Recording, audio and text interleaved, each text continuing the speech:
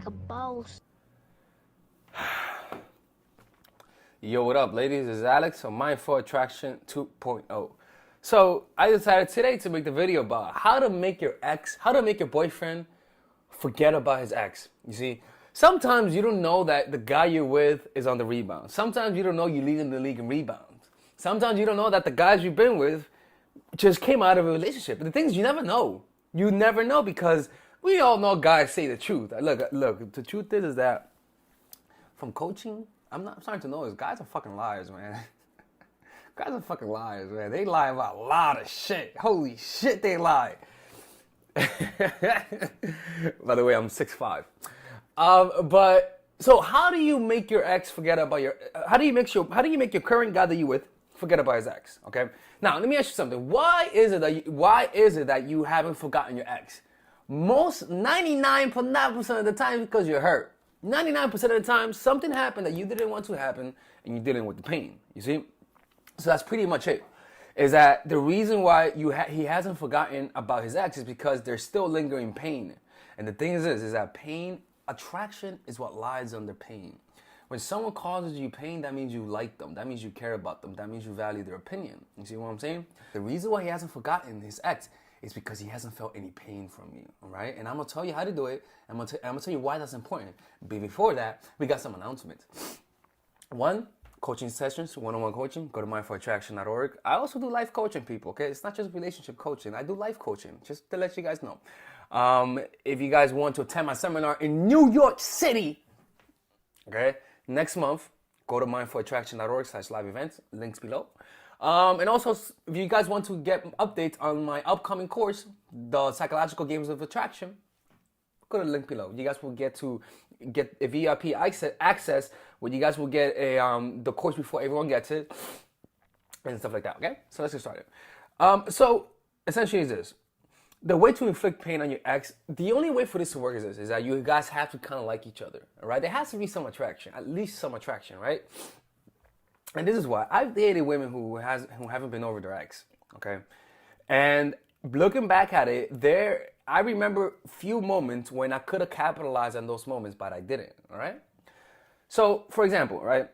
I'm gonna disguise this because, actually this is the truth, because I actually told her about this and she didn't mind me telling this. I was dating this girl from California, right? And she had an ex before me, right? Anyways, her ex cheated on her like 5 times, right? And cheated on her with her friend. So she had to break up with him, right? I didn't know that, right? At the time, I was not even beautiful. So I was like, yeah, whatever, right? So we started hooking up and whatnot. And it was a long-distance relationship. And every day she would text me. Every day she would message me and stuff like that. And she came to visit me in New York City. And we hanged out for like a couple weeks. And she would go back, right? But mind you, we were still seeing each other for a few times. And at the end of the day, she went back to her ex. This is where I fucked up. Is that when she left, I lost attraction, right? But because I was too nice, I still didn't want her to feel bad. So I was like, I tried to act like I liked her still. If I would have acted like I really would have acted, which is, I said, look, man, we're cool, but I don't think we should see each other. It was fun. I think we're done. Or even because we were seeing other people. Like it was you know, those are the relationships that are you guys are seeing other people and whatnot, but you don't want to show them that you're seeing other people. If she would have seen that I was seeing other people, if I would have been honest with her and told her that I'm seeing other people, just my pure honesty, it would have inflicted enough pain to her ego because I was giving her a lot of attraction. I was actually wanting a future with her. And then if I would have backed off and said, you know what, I don't want that anymore, after hanging out with her for like 2 weeks, I'm telling you, man, the attraction was at a peak. If I would have backed off at that moment, she would have forgotten about her ex and came to me. Like, remember, we only remember those people who hurt us. We only remember the people who hurt us. Just think about anyone who you love the most. It's usually people who hurt you.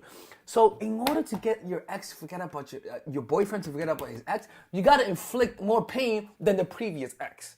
That simple. So you got to think about this. Find the peak. Are you at a peak right now?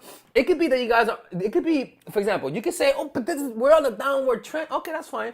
Find that downward trend. And when you notice a small peak, even though it's on a downward trend, this little peak right here, Do it right there. Do it right there. Why? Because the contrast, the feeling shitty, bad relationship.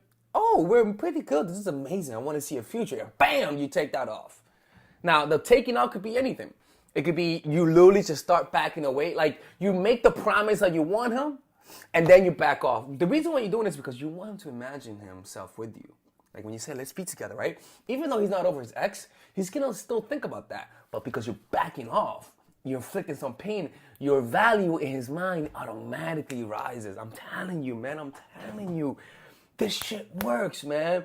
Or you could even put a little triangle where you like him, you like him, you like him, right? But then he's showing some attraction, right? Like the attraction you have. But then you start including somebody else. You start surrounding yourself by guys by attending a class, a yoga class. We've been talking about your yoga teacher, how your yoga teacher wants to give you individual classes, or how you're gonna take individual classes from your yoga teacher. John, stop being so paranoid, John. I'm just taking individual classes with my teacher. He's a great teacher. You see, like those things, I'm telling you, man. Like you have to inflict some pain. More pain than the previous ex. Now, if the ex broke up, if your ex cheated on him, of course you're not gonna cheat on him, right?